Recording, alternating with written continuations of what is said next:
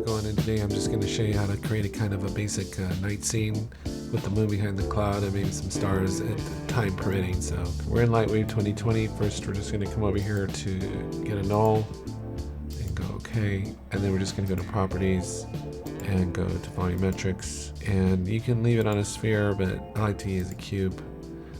And then, you know, as I mentioned, I've done another video about this. This is kind of your quality setting, and then this will be actually kind of like the color of the cloud, and then these are complementary colors, so white is actually black for these two. The fact that these are white means that it's going to be making it black, and the fact that this is black means it is going to be black, so we're just going to put that to white. So it's a little confusing. The texture mode is going to be non-pyroclastic. These are adjustable settings that you can do once we get a texture in there. We're just going to go into edit nodes, and we're going to go to 3D texture. We're going to go to turbulence. Big thing here is the alpha into your texture, and that's what really turns it into cloud. Of course, it doesn't look like a cloud right now because we're not in VPR. And there you can't even see it because of the backdrop. It's basically the same color as the backdrop, so we can just turn the backdrop off. And there's your cloud. That's how easy it is. So here's where the art part is. I mean, just playing with these settings, you can kind of see what's going on. But once you have this, then feel free to do anything you want with it. You can move it around. Probably, I'm turning my scroll wheel. You can rotate it, you know, bank it, pitch it. More than likely you're going to want to stretch or scale it, so we can just scale it out here a little bit, and I can't even, it's hard to even tell what it looks like. Okay, so maybe I'm just looking at it from different perspectives right now. And then again, you can stretch it however you want to. I'm not trying to do anything too crazy with it. I just want something that looks like a cloud. So I think I'm going to just go in here, what do I need to do? Pitch it.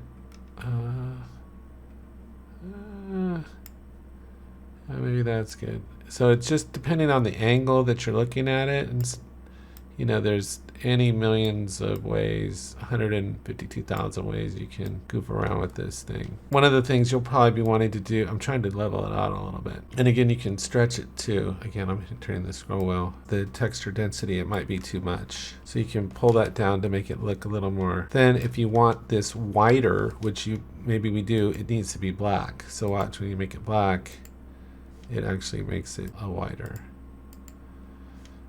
Oh, that didn't turn black. Black will make it whiter. And I think that's good enough for right now for what I'm trying to do. Then what you can do is you can go in here to make sure you're on the null, go to clone and clone current item and just make another one. That actually really makes it look more cloud-like, a little denser, but that's not what I was going to do with this. I'm just bringing it in to have a little bit more cloud action here. So if I go into position, I can just kind of scooch this over. And I don't want it to be an exact replicate, so I'm just going to maybe stretch it a little bit, or not too much, just maybe a little bit. And then I can rotate it and just get it at a little different angle so it looks different. So that's all really just one cloud right there. It's really two clouds. So this one, I notice I might stretch it down here on the white. It's looking a little too similar to that one. Yeah, something like that. Just, it's an art. I wouldn't worry about it too much. And that's good. You might want to make sure the cloud is the density you want before you start cloning it. Otherwise, you have to go in and redo all the clouds that you did. Okay, so once we're done with that, all we got to do is we're just going to go into wire shaded here, and we're just going to go into top view. And we're going to pull out here a little bit. There's our light. We're going to click on our light. We're going to go to distant light, and we're going to change that to a spotlight. I've already done a tutorial on this. We're going to make that a 4. We're going to put this at 90 and this at 92. And we're going to turn off normalize, and we'll make it maybe like 1. And then what we're going to do is we're going to move it back here behind the cloud formation itself. So I'm turning the scroll wheel, and then I just turn it around. Whoops, turn it around.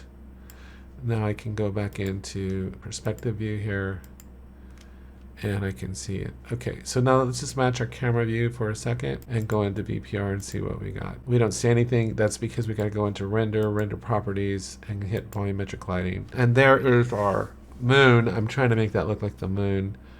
So we can leave the scattering at 100% for right now. For the light, we can, I'm just trying to move it. I'm turning the scroll wheel again.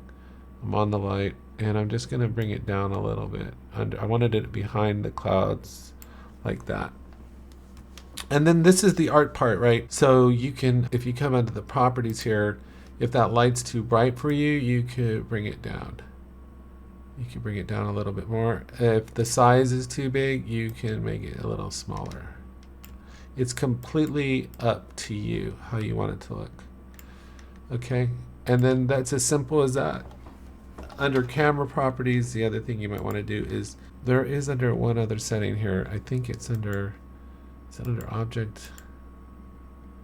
No, it's under light. So under light itself, there's this volumetric intensity, and you can punch that up, and that makes a big difference too. In fact, I might want to bring the size down a little bit more because of that. Okay, and then I might even bump the intensity up a little bit more, something like that. And that is it. It's as simple as that. I did another tutorial. Oh, I'm sorry, one other thing. So under the camera properties, you might want to bump this up here, I don't know, 412, something like that, just to give it a little more samples. And if you wanted to, you could add some stars in the background. That would be really easy to do. So if we come into backdrop, we go add textured environment, we double click this, we go to textures, we go to procedural, we can go to crust, I believe it is, and then we take this and we can drop this down to like, I think it's 0.01, 0.01. The coverage has got to come way down here, so like 0.00, let's say 5, something like that.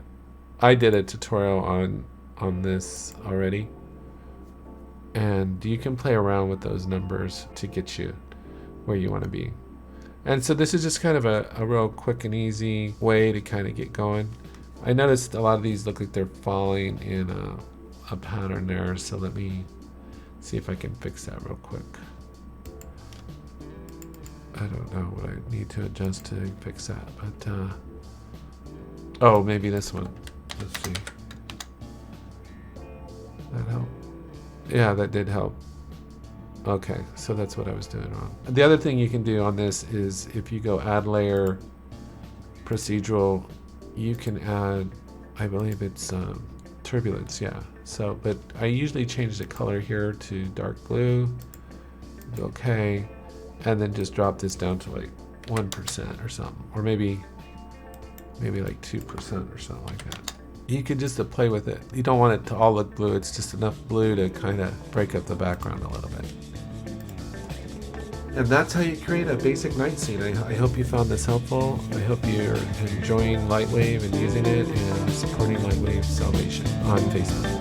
So take care, have a great day, and I will talk to you.